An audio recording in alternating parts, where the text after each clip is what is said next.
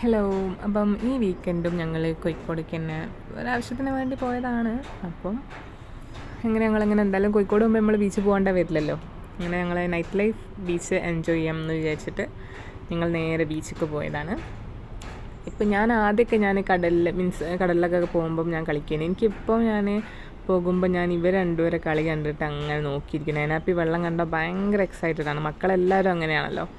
ഓള് വെള്ളത്തിൽ കളിക്കുന്നത് കാണാനും ഡാഡോടൊപ്പം ഓള് അങ്ങനെ പോകുന്നതിനനുസരിച്ച് ഞാൻ പുറത്തിറങ്ങിയാൽ നിയാസ്കയാണ്. ഞങ്ങൾ പുറത്തിറങ്ങിയ നിയാസ്കയാണ് അധികവും പിന്നെ ടേക്ക് കെയർ ചെയ്യാം.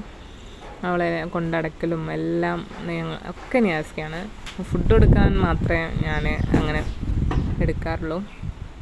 ഞങ്ങൾക്ക് കഴിഞ്ഞ് നേനാപ്പി ഫുള്ള് ഓളെ ചെവിയിലും ഓള് തൊള്ളയിലൊക്കെ അവൾക്ക് ഉപ്പുവെള്ളം കടൽ വെള്ളം കയറിയിരുന്നു.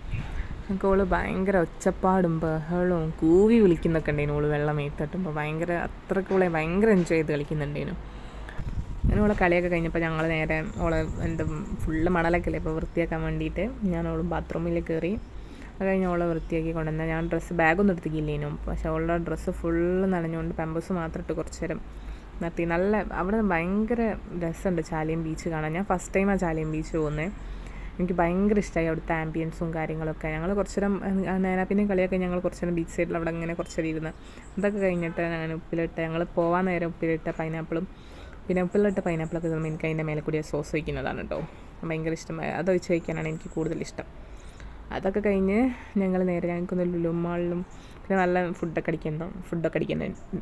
അടിക്കേണ്ടതായിട്ടുണ്ടായിരുന്നു. അപ്പോൾ ഞങ്ങൾ നേരെ അവിടുന്ന് പൈനാപ്പിളൊക്കെ തിന്ന് ഞങ്ങൾ നേരെ ലുലു മാൾക്ക് പോകാൻ